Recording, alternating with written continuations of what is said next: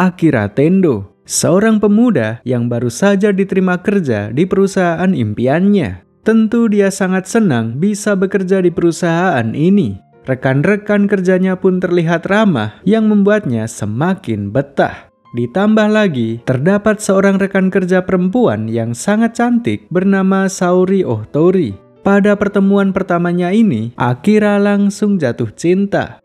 Malam hari setelah bekerja, Akira mengunjungi sebuah kedai bersama dengan rekan-rekan kantornya. Sambil menyantap hidangan, mereka mengobrol santai dan mengakrabkan diri. Perut kenyang, hati pun senang. Namun kesenangan ini langsung hilang begitu dia tahu bahwa jam kerjanya masih belum berakhir. Selesai makan, Akira bersama rekan-rekannya masih harus kembali ke kantor. Akira pun sangat terkejut ketika tahu bahwa semua ini sudah sangat lumrah.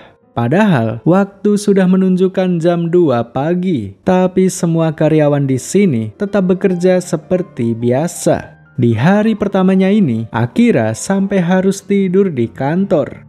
Hari berikutnya, Akira masih tetap terjebak di tempat yang sama. Dia bekerja seharian penuh dan masih belum bisa pulang. Di hari ketiga, barulah dia bisa pulang. Itu pun sudah larut malam. Dia hanya bisa tidur sebentar karena pagi harinya dia harus kembali ke kantor. Sempat terpikirkan untuk berhenti saja. Namun, dia mengingat kembali perjuangannya untuk bisa mendapatkan pekerjaan ini. Ini adalah pekerjaan impiannya. Dia sudah bersusah payah bersaing dengan banyak kandidat demi posisinya sekarang. Dia pun berhenti mengeluh dan kembali bersemangat. Dengan semangat yang membara, Akira cukup mampu bertahan di kantor ini. Dia cukup bisa menahan tekanan dari atasan yang brengsek. Semua karyawan di sini juga memiliki mentalitas yang unik. Meski mata menghitam, kepala puyeng, badan melemas, tapi selama belum kencing darah, artinya masih aman. Akira pun akhirnya melewati 1 tahun pertamanya di neraka ini. Memasuki tahun kedua, banyak karyawan seangkatan Akira yang mulai berhenti. Namun, Akira masih tetap bertahan meski harus memakai plester demam di kepalanya. Satu-satunya hal yang membuatnya tetap waras adalah Saori Ohtori, seorang wanita cantik yang diam-diam disukainya. Sayangnya, hatinya langsung hancur ketika dia tahu bahwa Saori adalah simpanan direktur. Impian dan harapannya musnah ketika melihat Saori yang dipakai di kantor. Memasuki tahun ketiga, Akira mulai melemas dan kehilangan semangat.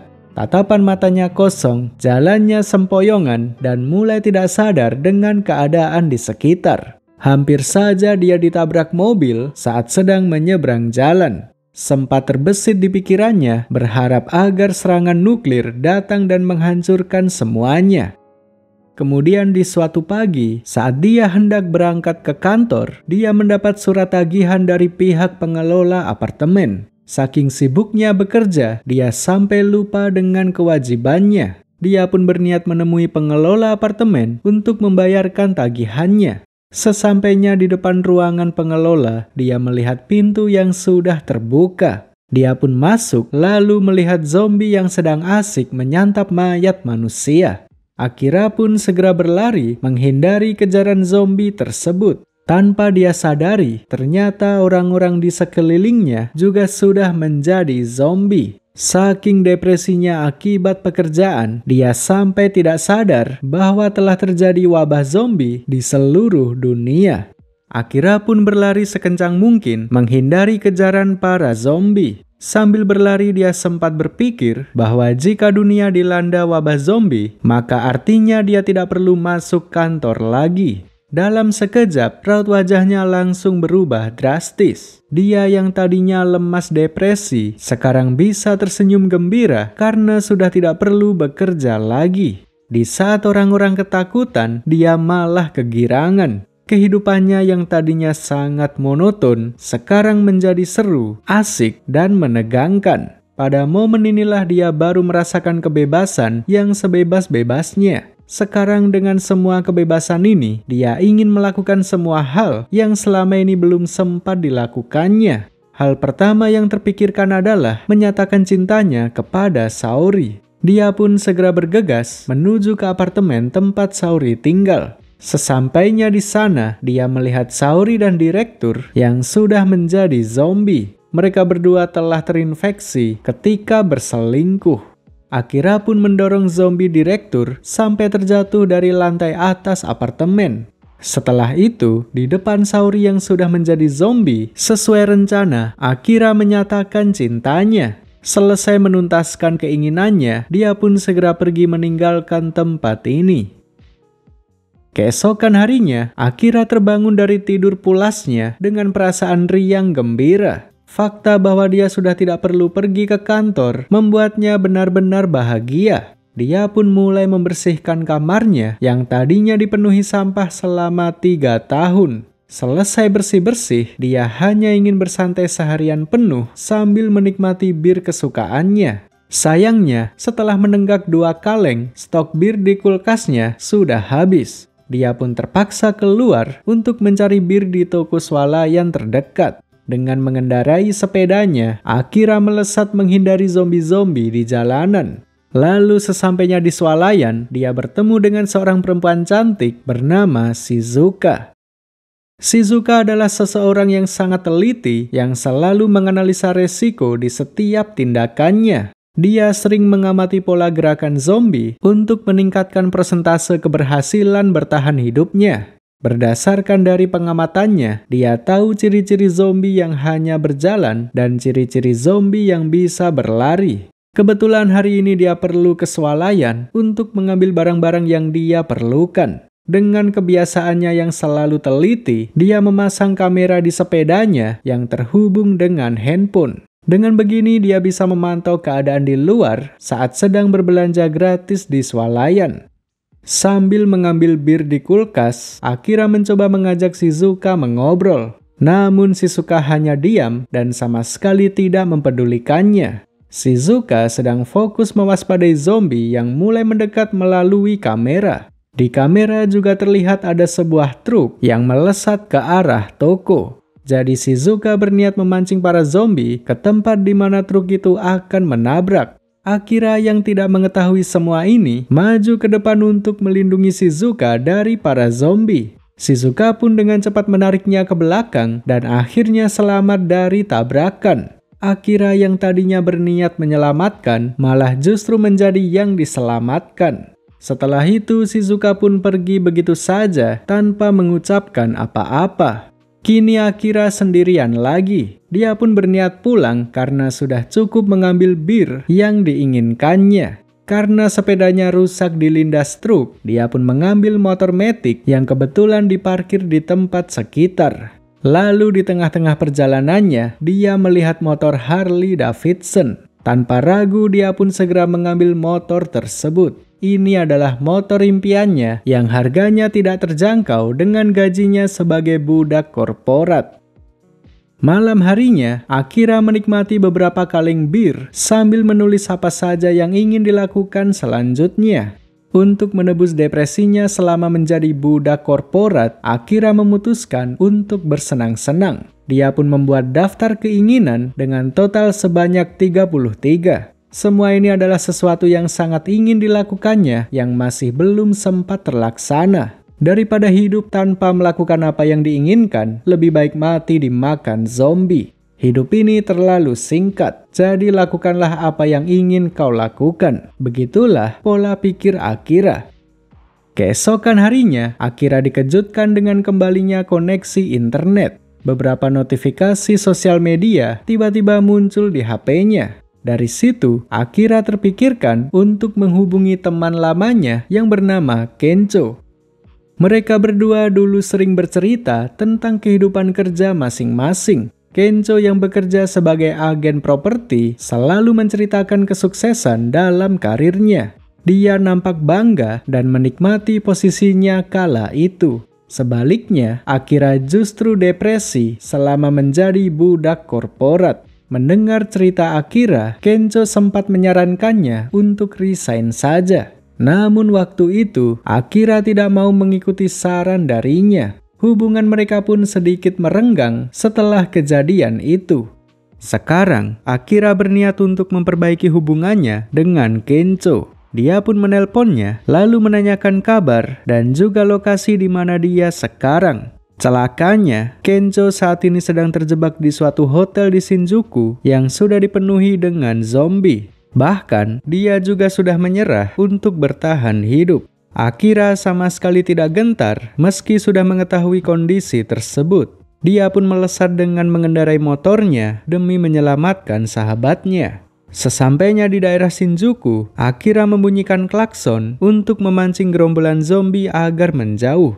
Setelah aman, dia pun segera memasuki hotel tempat Kencho berada. Begitu bertemu, Akira langsung meminta maaf kepada Kencho karena dulu pernah iri dengan kesuksesannya dan juga sudah mengabaikan sarannya. Kemudian karena teriakannya yang terlalu kencang, para zombie yang masih di dalam hotel tiba-tiba keluar dan mengejar mereka. Mereka pun segera berlari menuju ke lantai atas. Di atas sini sudah tidak ada jalan lagi. Jadi satu-satunya cara untuk bisa lolos adalah dengan melompat ke atap gedung di sebelahnya. Sayangnya, Kencho tidak memiliki keberanian seperti Akira. Dia menyerah lalu mengatakan semua rahasia yang selama ini dipendamnya sebagai ucapan perpisahan. Dia meminta maaf kepada Akira karena selama ini sudah pamer kesuksesannya. Padahal semua itu palsu. Meski bergaji besar, Kencho sama sekali tidak menikmati pekerjaannya. Dia hanya berpura-pura bahagia untuk menutupi kekosongan hidupnya. Dalam lubuk hatinya, sebenarnya dia sangat ingin menjadi pelawak. Menanggapi pernyataan tersebut, Akira berkata, "Kalau begitu, berhentilah dari kantormu dan jadilah pelawak sekarang. Kejar impianmu dan melompatlah dari sana." Kencho pun menjadi bersemangat setelah mendengar semua itu. Dia pun melompat sambil bugil yang membuat Akira tertawa terbahak-bahak. Pada akhirnya, kedua sahabat ini kembali bersatu. Mulai dari sekarang mereka akan bekerja sama dalam menaklukkan dunia yang dipenuhi zombie ini. Karena aman dari jangkauan zombie, mereka pun menjadikan atap gedung ini sebagai markas. Sambil bermain game bertemakan zombie, mereka membahas tentang daftar keinginan yang tertulis di buku. Salah satu di antaranya adalah membeli TV besar untuk bermain game. Berangkatlah mereka menuju ke toko elektronik. Meski dihadang ratusan zombie, Akira tetap maju demi mendapatkan TV. Begitu berhasil memasuki toko, mereka bertemu dengan 4 orang yang kebetulan sedang bersembunyi di sini. Ada 1 pria lemas dan 3 wanita kawaii. Mereka pun berkenalan sambil menyantap berbagai macam makanan ringan. Ada 3 orang wanita dan 3 orang pria. Situasi ini mirip seperti kencan buta. 3 wanita tersebut dulunya adalah pramugari. Hal ini membuat Akira menjadi kegirangan karena salah satu daftar keinginannya adalah berkencan dengan pramugari. Sayangnya situasi ini sedikit canggung karena para wanita itu ketakutan oleh zombie-zombie yang berada di luar. Jika dibiarkan seperti ini, maka impian Akira tidak akan terwujud. Jadi untuk mencairkan suasana, Akira dan Kencho berusaha melawak dan berhasil membuat para wanita tertawa terbahak-bahak. Setelah semuanya tenang, barulah mereka saling berpasang-pasangan untuk melanjutkan kencan ke jenjang berikutnya. Sederhananya sih ngeos. Namun, satu hal yang tidak disadari, pria lemas yang dari tadi diam saja ternyata menyembunyikan luka gigitan zombie pada kakinya. Seketika kencan mereka pun menjadi berantakan. 3 pramugari yang cantik ini satu persatu tewas digigit zombie. Pada akhirnya, Kencho dan Akira sendirian lagi. Mereka kemudian segera pergi sambil membawa TV besar yang menjadi tujuan sejak awal. Keesokan harinya, saat sedang bersantai, Akira tiba-tiba terpikirkan cita-cita di masa kecilnya. Dulu, dia sangat ingin menjadi superhero. Cita-cita yang tidak realistis dan tidak sempat terlaksana. Sekarang, dengan kondisi dunia yang seperti ini, Akira bisa menjadi pahlawan dan melindungi orang-orang dari zombie. Mereka pun segera pergi ke akuarium untuk mencari kostum menyelam. Kostum yang dicari adalah kostum menyelam yang didesain khusus untuk melindungi dari gigitan hiu. Kostum itu biasa dipakai oleh petugas untuk membersihkan kolam hiu. Bahan yang dipakai terdiri dari jaringan titanium dan juga serat fiber yang sangat kuat yang bahkan tidak bisa dikoyak oleh hiu besar. Dengan memakai kostum ini, maka Akira akan aman dari gigitan zombie. Kebetulan ada beberapa orang yang berlari menghindari kejaran zombie. Salah satu di antara mereka ada Shizuka. Inilah saatnya Akira beraksi selayaknya superhero sungguhan. Dia maju menghadapi gerombolan zombie sendirian saja. Usai menyingkirkan zombie-zombie tersebut, Akira pun kembali ke akuarium lalu menyapa Shizuka. Sayangnya Shizuka masih saja acuh semenjak pertama kali mereka bertemu. Kemudian di tengah-tengah pembicaraan mereka, tiba-tiba saja terdengar suara gemuruh dari dalam akuarium. Setelah diperiksa, ternyata hiu zombie yang tadinya berada di akuarium berhasil meloloskan diri. Parahnya lagi, hiu itu bisa berjalan di darat karena memiliki 6 kaki manusia. Kaki-kaki itu adalah milik para penyelam yang sudah disantap olehnya. Dalam sekejap, situasi menjadi sangat kacau. Semua orang menjadi panik dan berusaha melarikan diri menuju ke ruangan yang aman. Saking paniknya, seseorang sampai menjatuhkan Shizuka yang membuatnya tertinggal di luar. Mengetahui hal ini, Akira segera keluar untuk menyelamatkan Shizuka. Kemudian mereka berdua bekerja sama untuk menghabisi hiu zombie tersebut.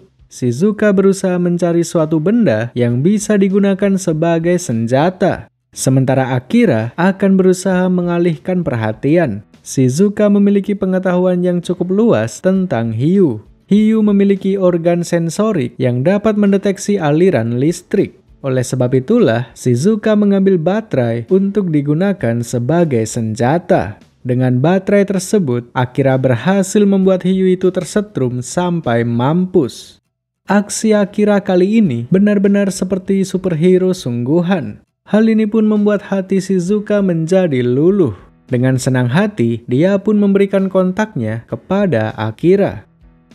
Akira dan Kencho pun kembali ke markas. Tempat ini memang masih aman dari jangkauan zombie. Akan tetapi, cukup sulit untuk mendapatkan air dan makanan.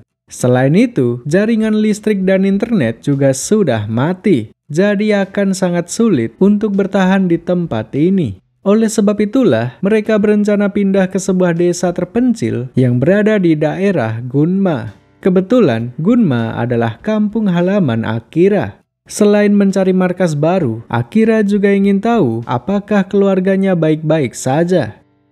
Berangkatlah mereka dengan mengendarai motor. Dari Tokyo menuju ke Gunma, jaraknya cukup jauh. Belum lagi, mereka harus mewaspadai para zombie yang berkeliaran di jalanan. Jadi menempuh perjalanan dengan motor cukup berbahaya. Oleh karena itulah, Akira berencana untuk mencari mobil van. Tibalah mereka di sebuah showroom mobil. Secara kebetulan, mereka bertemu lagi dengan Shizuka. Dia juga ingin mencari mobil van agar lebih aman ketika bepergian. Akhirnya, Shizuka pun ikut bergabung bersama Akira dan Kencho. Karena dengan saling bekerja sama, maka persentase keselamatan akan jauh lebih meningkat. Mereka bertiga pun segera berangkat melanjutkan perjalanan. Lalu di tengah-tengah jalan, tanpa sengaja mereka menginjak ranjau paku. Gara-gara itu Kencho terjatuh dan mengalami luka-luka yang cukup berat. Kemudian tiba-tiba saja datang segerombolan orang yang mengepung mereka. Dan parahnya lagi, kelompok ini dipimpin oleh Kosugi, si mantan bos Akira yang brengsek. Dia pun menawarkan bantuan kepada Akira dan kawan-kawan. Sebagai gantinya, Akira diminta bekerja untuknya selama 2 hari. Memang inilah tujuan Kosugi yang sebenarnya. Dia memang sengaja memasang ranjau paku untuk menjebak seseorang. Dia memakai strategi balas budi untuk kembali membuat Akira menjadi budaknya. Karena tidak ada pilihan lain, Akira pun terpaksa menerima penawaran Kosugi. Mereka dibawa kembali ke markas yang dilengkapi dengan pagar pembatas yang cukup tinggi. Di sini, Akira diminta untuk menjadi kuli angkut tanpa jam istirahat. Benar-benar sama seperti ketika dia bekerja di kantor. Akira sendiri juga tidak mampu menolak perintah-perintah Kosugi. Rasa takut yang telah tertanam selama 3 tahun membuatnya tidak bisa berpikir jernih. Tatapan matanya kosong, seolah seperti dalam pengaruh hipnotis. Shizuka sangat mengerti dengan apa yang dirasakan oleh Akira. Dia memiliki pengalaman yang mirip, namun dengan keluarganya sendiri. Sejak kecil, Shizuka selalu dipaksa menuruti perintah ayahnya. Semua aspek dalam hidupnya, seperti karir, percintaan, pertemanan, dan lain sebagainya, harus benar-benar sesuai dengan kemauan ayahnya. Shizuka benar-benar didikte sampai kehilangan kebebasannya. 2 hari telah berlalu semenjak Akira bekerja di tempat ini. Mobil mereka sudah selesai diperbaiki dan luka-luka Kencho juga sudah mulai pulih. Sesuai kesepakatan, inilah saatnya mereka pergi. Namun sayangnya, kondisi mental Akira yang sekarang persis seperti ketika dia menjadi budak korporat. Dia ingin menetap di tempat ini dan selamanya bekerja untuk Kosugi. Disinilah Shizuka mulai beraksi. Dia mencoba menyadarkan Akira akan harga diri dan kebebasannya. Daripada hidup menjadi budak bos brengsek, lebih baik mati dimakan zombie. Lagi pula, Akira mampu bertahan di luar sana tanpa adanya Kosugi. Selama ini dia sudah melewati berbagai macam rintangan dan bahkan sudah mengalahkan hiu zombie. Shizuka kemudian memberikan buku yang berisi daftar keinginan Akira. Berkat itu, Akira pun kembali tersadar. Kemudian tiba-tiba saja muncul zombie dari dalam truk kargo. Seketika semua orang pun menjadi panik. Puluhan orang tergigit dan berubah menjadi zombie. Orang-orang yang selamat akhirnya naik ke atap kendaraan. Secara mengejutkan, Akira juga menolong Kosugi meski sudah diperlakukan semena-mena. Kemudian untuk mengatasi semua ini, Akira mengajak orang-orang yang selamat untuk bekerja sama. Mereka membuat barikade dengan truk dan berhasil mengurung para zombie tersebut. Kemudian Akira meledakkan tabung gas yang berada di dalam kendaraan sambil melompat dari sana. Pada akhirnya, para zombie pun hangus terbakar. Setelah semuanya selesai, semua orang pun segera pergi meninggalkan Kosugi sendirian. Mereka semua sudah tersadar bahwa selama ini mereka hanya dimanfaatkan. Kosugi pun hanya bisa plonga-plongo karena sebenarnya dia tidak bisa apa-apa tanpa anak buahnya. Mampus anjing.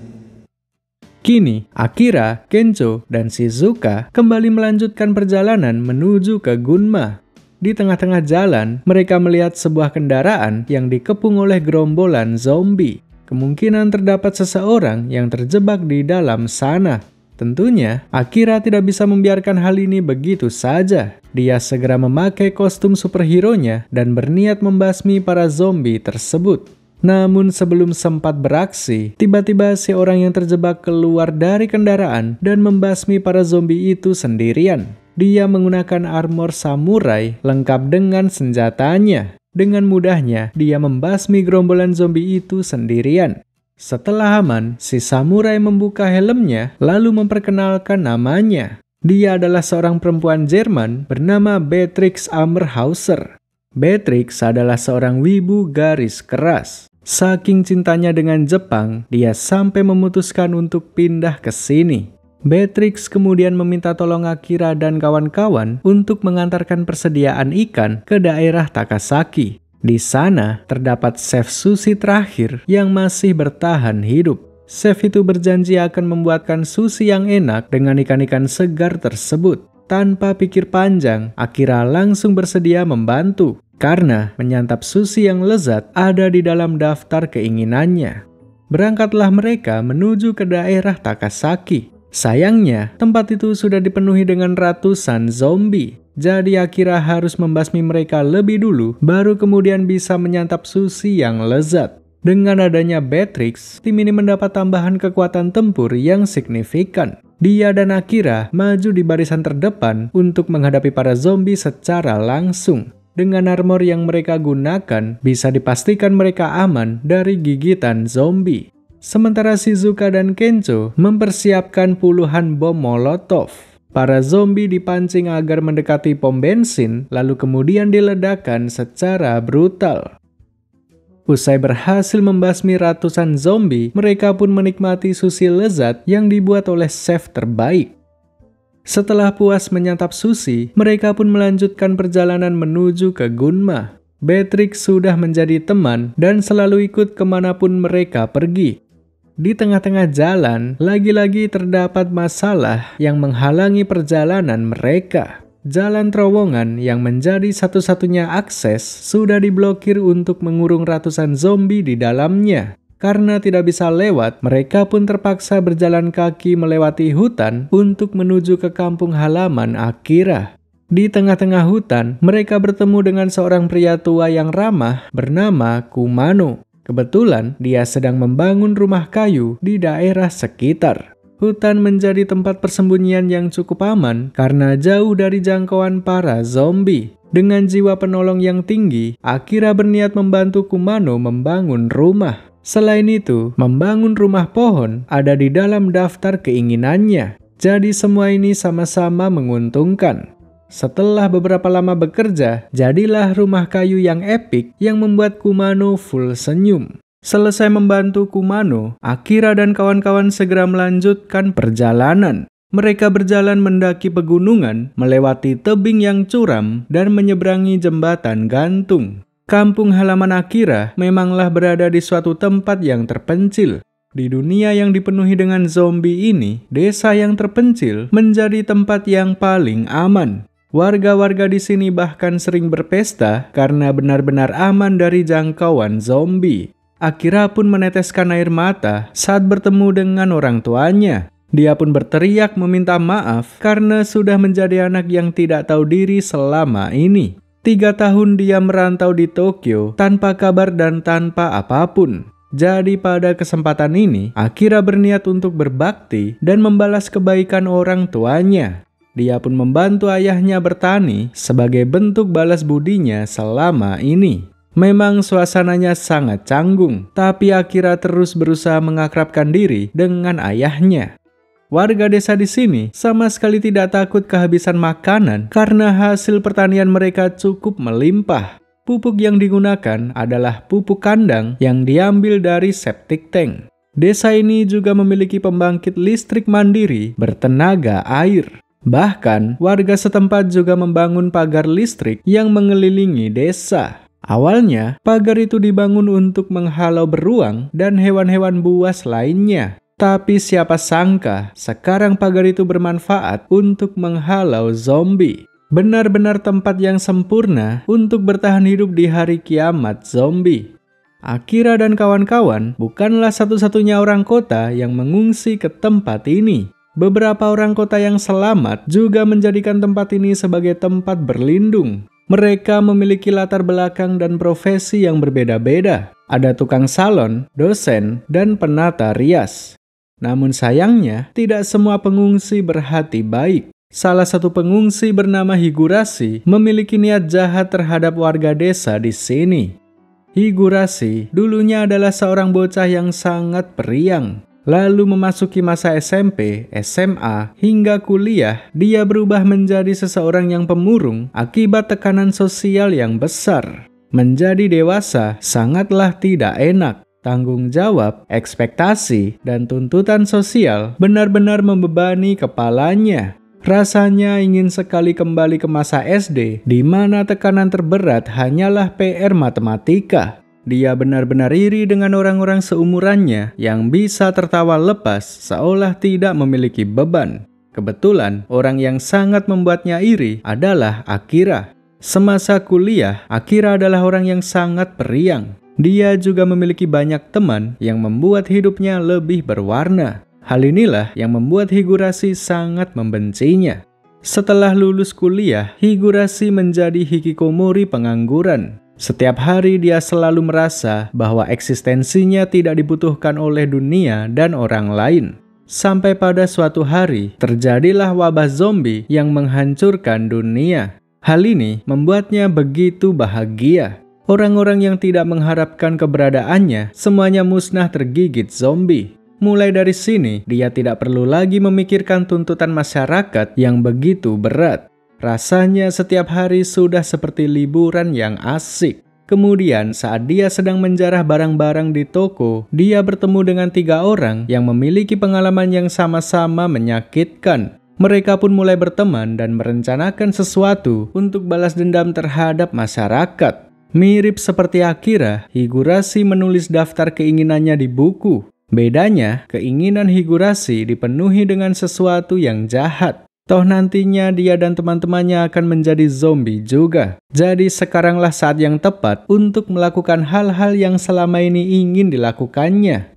Dia membebaskan ratusan zombie yang terkurung di terowongan, lalu menggiring mereka menuju ke desa. Desa yang tadinya damai ini sekarang kacau akibat ulah Higurashi. Dia berdiri di atas traktor, lalu menuju ke tempat Akira untuk balas dendam. Tibalah pertarungan antara tim Akira melawan tim Higurashi. Akira harus menghadapi beberapa zombie yang digiring oleh Higurashi. Beatrix menghadapi perempuan gila yang membawa gergaji mesin. Shizuka menghadapi pria cabul yang membawa pistol. Dan Kencho harus menghadapi bapak-bapak menyedihkan biasa. Beatrix menggunakan strategi yang out of the box. Dia merusak kincir air lalu mengendarainya seolah seperti sirkus. Dengan itu dia melindas beberapa zombie di sekitar lalu pergi begitu saja. Si perempuan gila tidak bisa berkutik lalu kemudian dikepung oleh para zombie. Sementara Kencho juga sama-sama memakai strategi yang nyeleneh. Dia menyelam ke dalam septic tank sampai badannya penuh dengan tai. Dengan begitu, para zombie sudah tidak lagi mengincarnya karena aromanya sudah berbeda. Akhirnya, para zombie pun berbalik mengincar si pria menyedihkan. Sementara Shizuka saat ini tidak bisa berkutik karena musuh menodongkan pistol kepadanya. Untungnya, beberapa warga desa segera datang menyelamatkannya. Salah satu warga berhasil menembak tangan si musuh hingga menjatuhkan pistolnya. Kemudian, 6 orang warga segera mengeroyok si pria bangsa tersebut.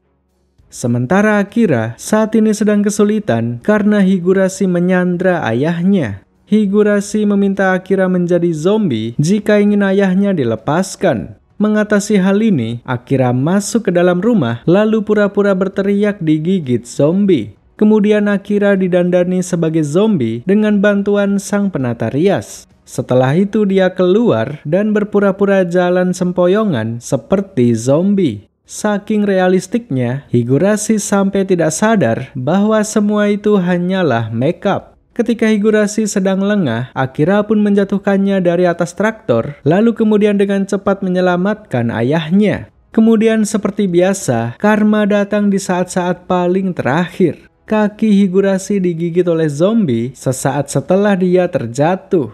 Ingatan-ingatan masa lalu muncul ketika seseorang berada di ambang kematian. Higurashi mengingat masa-masa kecilnya saat sedang bermain di kolam bersama teman-temannya. Hal ini membuatnya tersadar bahwa satu hal yang benar-benar ingin dilakukannya hanyalah bermain di kolam bersama teman-temannya. Dia pun meneteskan air mata dan menyesali semua perbuatan jahatnya selama ini. Pada akhirnya, Higurashi pun tewas menjadi zombie. Namun, kekacauan ini masih belum sepenuhnya selesai. Akira dan kawan-kawan masih harus mengatasi zombie yang sudah memenuhi desa ini. Mereka semua pun berlari menuju ke jembatan gantung. Namun, jembatan itu sudah dirusak oleh Higurashi dan teman-temannya. Mereka pun panik dan tidak tahu harus bagaimana lagi. Lalu, di saat semuanya mulai putus asa, tiba-tiba Kumano si tukang bangunan handal datang dengan membawa jembatan gantung yang baru.